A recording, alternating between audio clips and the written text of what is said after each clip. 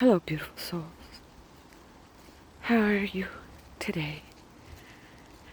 I didn't have a whole lot of time today to go out into the deeper trails, so.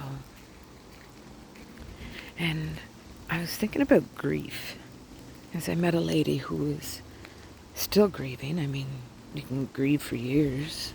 She just lost her husband in January. So, yeah, she's sad.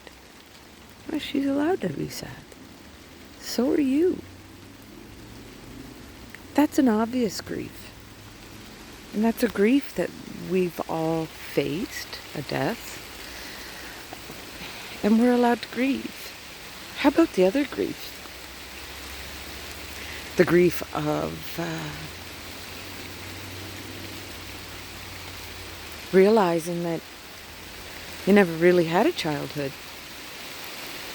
Or the grief of realizing that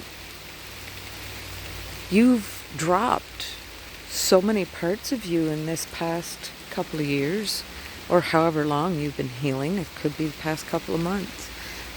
You've dropped so much of who you thought you were supposed to be. And there's a grieving that comes with it. I've learned that.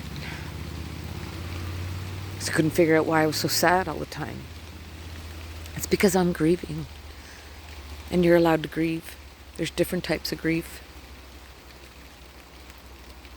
And again, being 100% authentically you is the gift to you, to your ancestors, and to the whole collective. So, whether you're grieving or laughing or angry